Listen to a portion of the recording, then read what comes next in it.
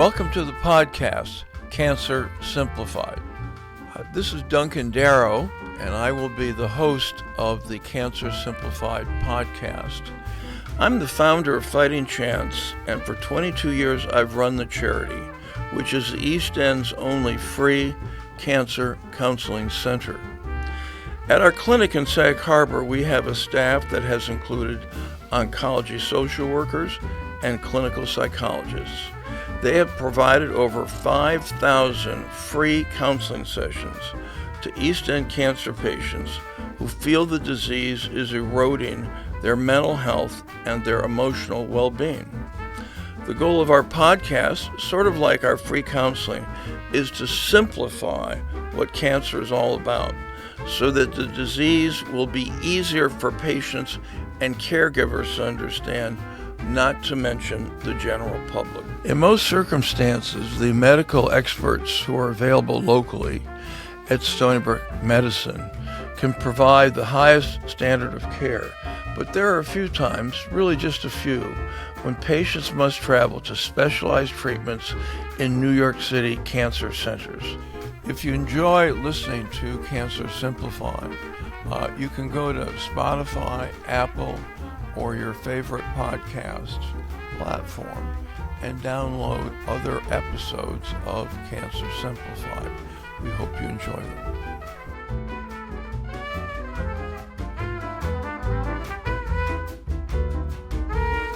Hello again, this is Duncan Darrow, the host of the podcast Cancer Simplified, and today I'm here with my co-host, Dr. Fred Weinbaum, who was for many years the chief of medicine at our local hospital and has been kind enough to join in on this podcast effort. On this podcast, I thought I wanted to start with a question that I've always been asked by patients over the 20 plus years I've been doing this. And the question is, what is it about the cancer journey, as you've now observed it, up close and personal, that it did not occur to you when you were thinking of starting Fighting Chance and trying to understand what cancer patients went through? And the answer to that, and I had it right away in my head, and then I thought, well, let me think about it a little bit before I open my mouth. But the answer is hope. I mean, hope is an incredibly powerful emotion in the context of battling cancer, and I'm sure it's also an incredibly important emotion in the context of battling just about anything in your life. And what also struck me was hope, if that is something we want to nourish and encourage in the journey. Hope is something where our counselors at Fighting Chance are really extremely well positioned and trained to foster that feeling in a patient. And oncologists, despite all their training, really has not spent much time on the topic of hope and how you identify it and how you encourage it and so forth. They're more concerned with tumors. So actually together it's a pretty good 1-2 punch. And, as you'll see listening to these podcasts, we've done a pretty good job on the East End, kind of with both of them. What I thought I would do on the topic of hope was give you a couple of examples of stories that I've been part of or observed where hope is been very central, and you could even argue there's been something miraculous happening. But I'll share the stories with you, and you be the guide. Our first story is about a gentleman named Ben Sasse, S-A-S-S-E. And he's not your typical cancer patient. In his case, it was pancreatic cancer, a very serious version of the disease. He had been a U.S. Senator from Nebraska, and he grew up on a family farm, so he understood farming. He got to the U.S. Senate. His career was not all that distinguished because they said, his fellow senators said, that he was just too idealistic, which I have to laugh because that's what I would like our politicians to be. So he left and became a president of the University of Florida, not insignificant position. And one day he was out jogging, felt a pain in his lower back, went to the university medical center to be analyzed and treated. He was the president after all. And they came back and said, Ben, we're sorry to tell you this, but you have cancer in your pancreas, and you've got it honestly in several other organs in your body, such as your lung. It's kind of all over the place, and of course that took a while to to sink in, and he said, well, what are my options? And they described that there might be a couple clinical trials. The doctors were at MD Anderson at that point. And as Sass is digesting this, he says to them, in all your work, have you ever seen a miracle? And actually, one of the doctors said, yeah, I have. Oh, yeah, well, what's that? Tell me about the miracle. Give me some good news. And he said, well, when we run clinical trials, and many of you in the listening audience know that means a group of very brave patients who have decided they are willing to let medicine experiment on them with a drug which has not yet been cleared by the FDA for wider public consumption. And a lot of things can happen in clinical trials, from miraculous to very disappointing. But they said, we see in clinical trials from time to time, 50 people die pretty quickly, takes maybe a month, but there's like one more person that's still standing, some lucky soul. And, and we try to figure out what he had in his metabolism or his makeup that gave him that ability. And we often can't come up with something. And so we just kind of go, well, I guess that's a miracle.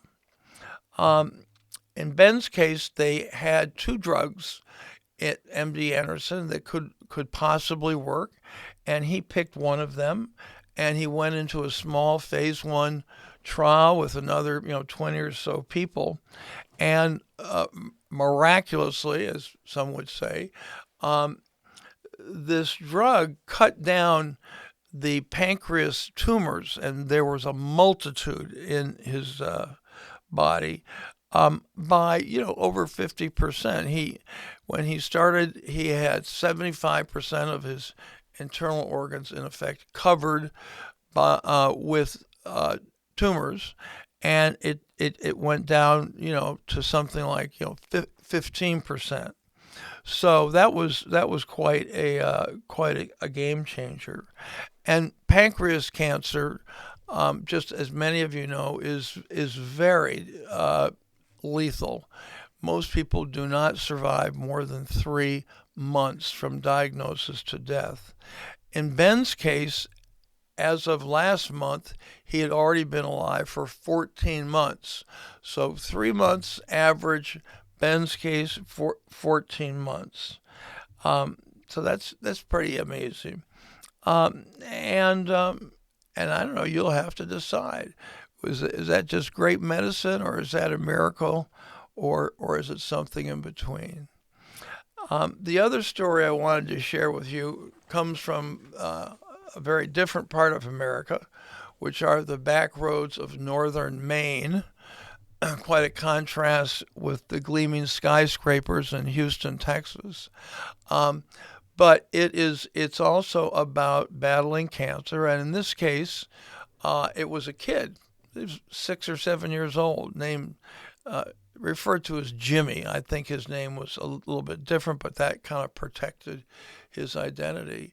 And it just sort of imagine a snowy evening and an old beat-up red pickup truck tootling along what were basically roads without a lot of tar and dirt roads.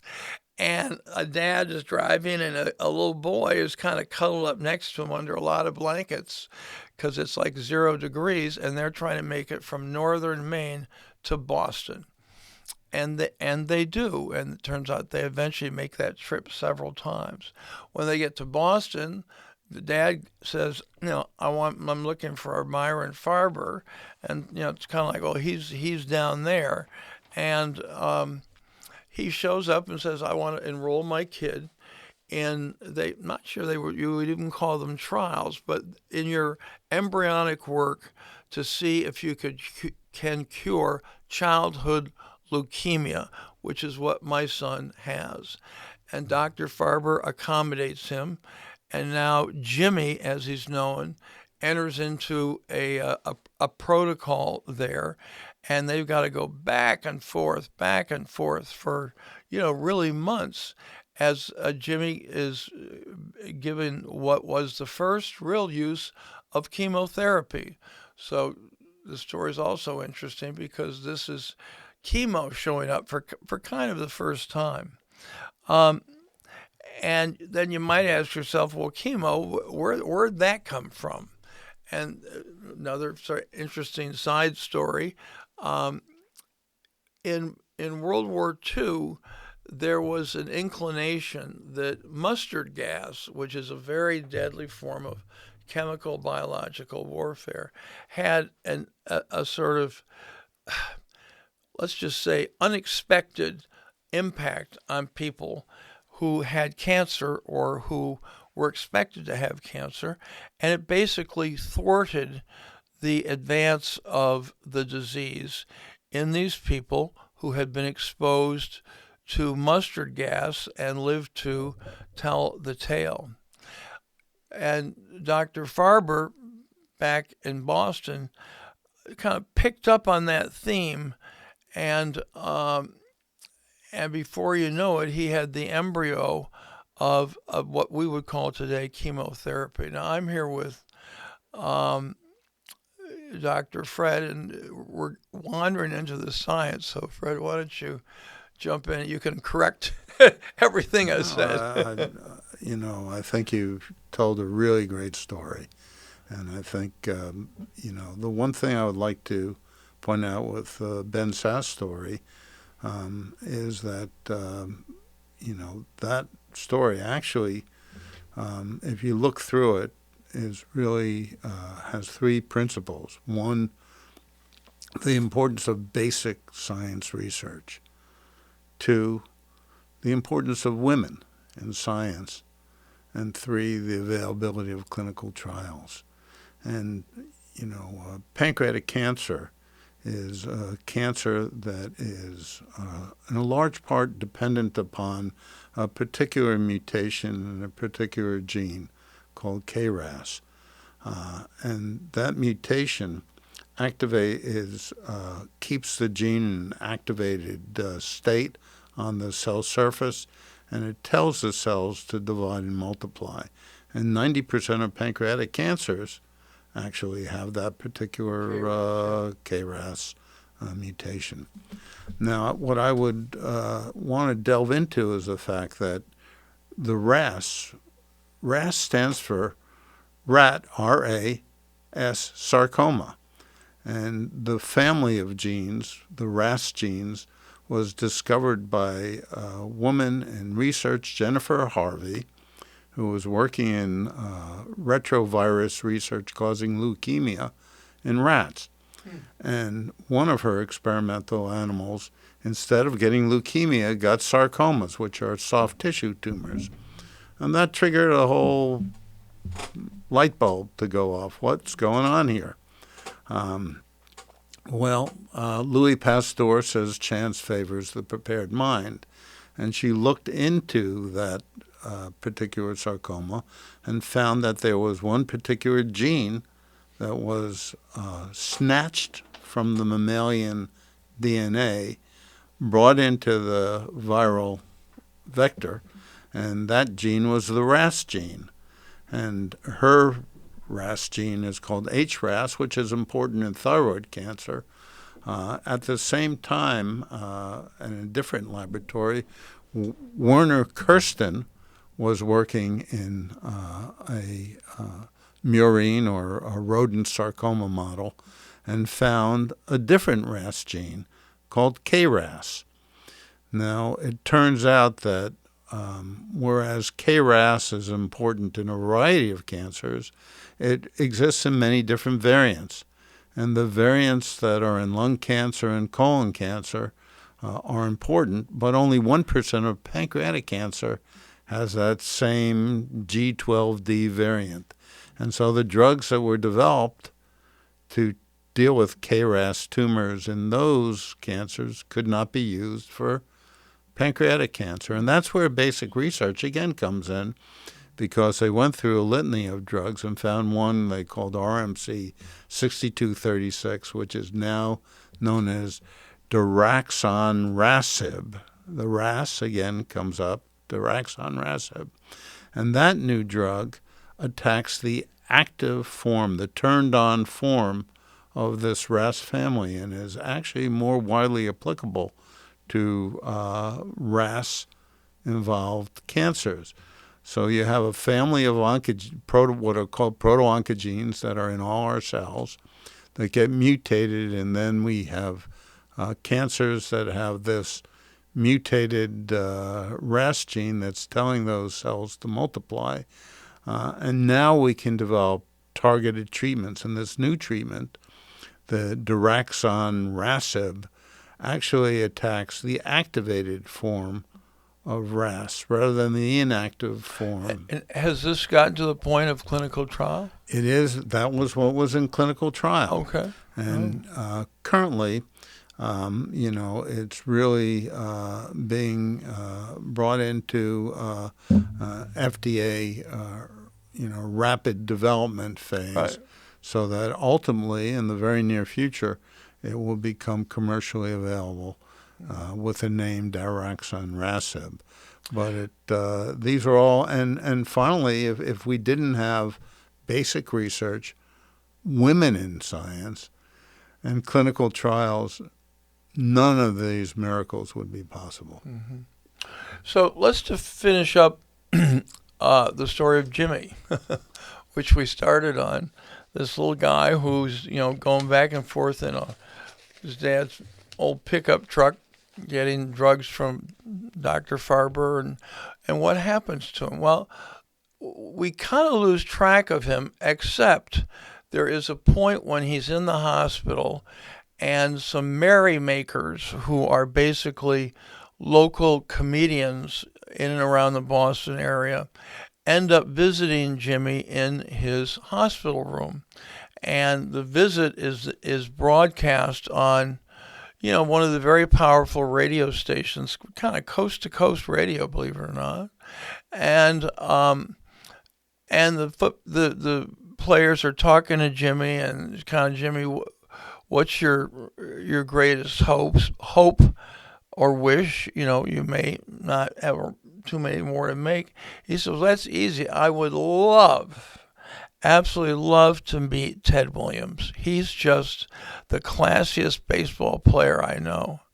So time goes by, and a couple weeks later, the merrymakers are back in Jimmy's room, and they say, hey, Jimmy, we got a special guest. And in walks Ted Williams. And you can just imagine the look on this young man's face with all that he's confronting, that this kind of wish had come true. And Williams was there. They chatted a little bit, and he gave him a Ted Williams jersey, an official from his locker jersey. And it said Williams on the back, and then he autographed it and it said, to my pal Jimmy from Ted. Well, that ended up being the prized possession of this patient, for the months that he endured treatment. And then it turned out he survived and went back to northern Maine. And he was given some land by his father just next to the other farm. And so he had farmland and a wife and 3 kids. And, everything started seeming more and more distant. His cancer had been under control, and he was, living the life that we all aspire to. And then one day, his sister, though, said, Jimmy, they run a fundraiser at Dana-Farber Hospital called the Jimmy Fund. Are you aware of that? That's supposed to be named after you. And he said, well, I guess I heard about it. And he said, well, Jimmy, there are people in all sorts of neighborhoods in and around Boston, and they're raising like $50 million every spring using your name and some likeness of what you might have looked like. And she said, I like to make them aware that you really are a person. And he said, well, I can't stop you. And one day, a letter arrives in the fundraising offices of Dana-Farber. It's from his sister. It says, I want you to know your whole Jimmy Fund is based on a real Jimmy.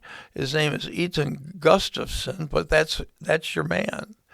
And they go and visit him, and they say, we're having the 50th anniversary of the Jimmy Fund. Could we introduce you sort of to the crowd and the press and such? It would really kind of give the event a big oomph. And they do. And a lot of people are just dumbfounded because he had been one of the very first patients on Farber's chemo at that point, 30 or 40 years prior. And he was still alive. And as I said with Ben Sass, is that good science or is that a miracle? So anyway, those are two I think nice stories that sort of tell you a little bit about this world of cancer journeys. I think those are great stories, and they really do show that having an open mind and a willingness to explore using real science to make explorations really is the way that advances are made in clinical medicine. Okay, thanks to our audience. See you next time. There's that music again, which means we're coming to the end of this podcast. By all means, first of all, visit our website, fightingchance.org.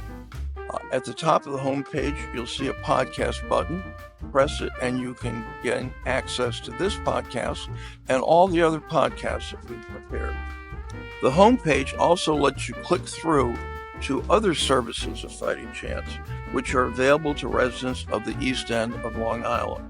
For example, there is counseling appointments to help patients get through the highs and lows during the battle with cancer.